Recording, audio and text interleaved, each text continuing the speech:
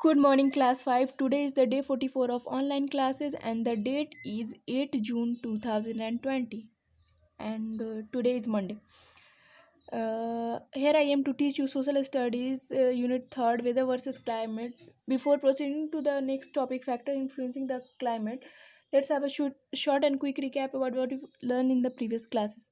Previous class में हम लोगों ने क्या पढ़ा था उसका एक शॉर्ट सा क्विक सा रिकैप ले लेते हैं हम लोग, उसके बाद हम लोग आगे बढ़ेंगे आज के टॉपिक पे। ठीक है, वेदर वर्सेस क्लाइमेट। वेदर बोलते हैं मौसम को और क्लाइमेट बोलते हैं जलवायु को।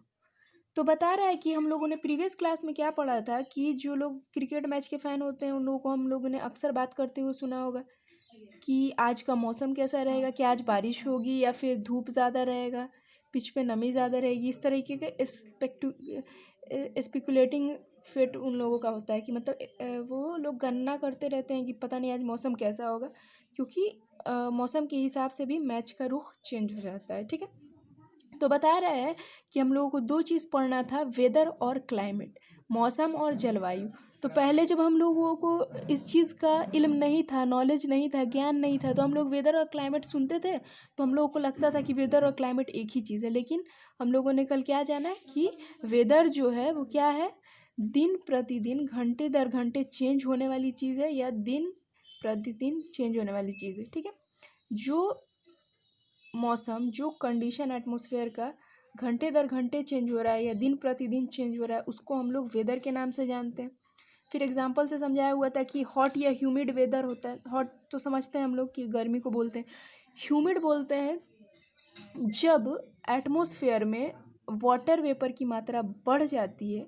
ठीक है, तो उसको ह्यूमिड या ह्यूमिडिटी बढ़ गया है ये बोलते हैं। तो वाटर वेपर की मात्रा कैसे बढ़ जाती है, तो हम लोगों को पता है, हम लोगों ने साइंस में क्या पढ़ रखा है कि हर लिक्विड की एक प्रॉपर्टी होती है कि जहाँ से उसको हीट मिलेगा वहाँ पे वो एवापोरेट होके ऊपर की तरफ जाएगा। अब जैसे वाटर एवापोरेट होके ऊपर की तरफ जाएगा तो एटमॉस्फेयर में वाटर वेपर की मात्रा को बढ़ाएगा, ह्यूमिड ज़्यादा होगा, ह्यूमिडिटी ज़्यादा बढ़ेगी, उमस होगा। ठीक है, तो ये बता रहा था कि हॉट और ह्यूमिड जो वेदर होता है उससे इरिटेशन होने लगता है इंसान को। ठीक है, लेकिन जब मौसम बड़ा प्लीजेंट होता है, ठंडी ठंडी हवाएं चलती है, तो कोई भी इंसान का दिल बड़ा खुश हो जाता है। ठीक है, इंसान आउटिंग के लिए बाहर जाता है। वेदर जो है वो कभी भी चेंज हो सकता है। Climate is the average weather condition of a place over a long period of time. Weather तो समझ आ गया, घंटे दर घंटे जो क्लाइमेटिक कंडीशन चेंज हो रहा है, सॉरी जो कंडीशन चेंज हो रहा है एटमोसफेयर का, उसको वेदर बोलेंगे। अब क्लाइमेट था, तो क्लाइमेट बता रहा है कि किसी जगह का जो वेदर कंडीशन है वो अगर बहुत लंबे समय पर चेंज हो रहा है, सीज़न वाइज चेंज हो रहा है, तो उसको हम लोग क्लाइमेट बोलते हैं। जैसे बता रहा है कि हमारा जो देश है भारत, हम लोग बहुत सारे सीज़न को एक्सपीरियंस करते हैं, जैसे गर्मी हो गई, बारिश हो गई, जाड़ा हो गया, इवन कि हम लोग स्प्रिंग को भी, बाहर का मौसम भी एक्सपीरियंस करते हैं थोड़ा बहुत। यहाँ पे नहीं लिखा हुआ है, लेकिन बाहर का जो मौसम होता है काफ़ी खूबसूरत होता है। उसमें पेड़ में नए नए पत्तियाँ लगती हैं, देखने में बड़ा बेहतरीन लगता है। ठीक है, तो बता रहा है कि सीज़न जो है उसका चेंज, उसका जो बदलना है वो हमारे लाइफ को इफ़ेक्ट करता है।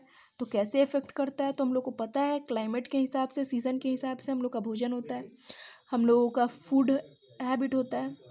एग्जाम्पल के तौर पे कल मैंने बता दिया था कि गर्मी में हम लोग कॉटन क्लॉथ्स पहनते हैं, थोड़ा फ्री फ्री क्लॉथ्स पहनते हैं, और जाड़ा में हम लोग क्या करते हैं, हम लोग जैकेट वगैरह पहनते हैं, वुलन क्लॉथ्स पहनते हैं। गर्मी में हम लोग क्या करते हैं, हल्का भोजन लेते हैं, जाड़े में हम लोग हेवी भोजन भी प्रेफर कर लेते हैं, कोई दिक्कत नहीं। ठीक है, चलिए फिर हम लोगों ने एक्टिविटी भी पढ़ा था ना कि 10 दिनों के लिए किसी लोकल जो न्यूज़पेपर जो हमारे यहाँ आता है उससे 10 दिनों का वेदर रिपोर्ट कलेक्ट कीजिए और देखिए कि 10 दिनों में क्या चेंज हो रहा है। सिंपल सी बात है, 10 दिनों में क्या होगा, वेदर चेंज होगा, सीज़न नहीं चेंज होगा। ठीक है, अब आज का टॉपिक जो हम लोगों को पढ़ना है वो है फैक्टर्स इन्फ्लुएंसिंग द क्लाइमेट। कौन कौन से फैक्टर्स हैं, कौन कौन से घटक हैं जो कि क्लाइमेट को, जलवायु को इफेक्ट करते हैं, प्रभावित करते हैं, प्रभाव डालते हैं। Some of the factors influencing the climate are mentioned below. बता रहा है कि कुछ फैक्टर्स, कुछ घटक जो कि क्लाइमेट को इन्फ्लुएंस करते हैं, प्रभावित करते हैं, वो नीचे यहाँ पे मेंशन किया गया है। तो पहला तो टेम्परेचर हो गया। ठीक है, दूसरा है डिस्टेंस फ्रॉम इक्वेटर, तीसरा है height above the sea level. तो ये सारी चीज़ों को हम लोग पॉइंट वाइज पढ़ेंगे, लाइन बाय लाइन पढ़ेंगे ताकि समझ आए, ठीक है। घबराइए नहीं, न्यू टॉपिक है, समझने में थोड़ा दिक्कत लगेगा, लेकिन बार बार आपको समझाया जाएगा तब तक जब तक आपको समझ नहीं आ जाए। तो बता रहा है कौन कौन सा फैक्टर है, कौन कौन सा घटक है जो कि क्लाइमेट को, जलवायु को प्रभावित करता है। तो सबसे पहले टेम्परेचर लिख रहा है। Temperature, the climate of a region directly depends on the temperature और द डिग्री ऑफ हॉटनेस और कोल्डनेस ऑफ द एयर। अब बता रहा है टेम्परेचर किसको बोलते हैं, तो सिंपल भाषा में समझ लीजिए कि द डिग्री ऑफ हॉटनेस और coldness of a body is called temperature. कितने डिग्री कोई चीज़ हॉट है या कितने डिग्री कोई चीज़ कोल्ड है, उसको टेम्परेचर के अंतर्गत हम लोग रखते हैं। तो बता रहा है किसी भी जगह का जलवायु, किसी भी क्षेत्र का जलवायु क्या चीज़ पर डिपेंड करता है, तो टेम्परेचर पर। एग्जाम्पल के तौर पे हम लोगों का जो भारत देश है, हम लोग जहाँ पे रहते हैं वहाँ पे हम लोग बड़ा माइल्ड सा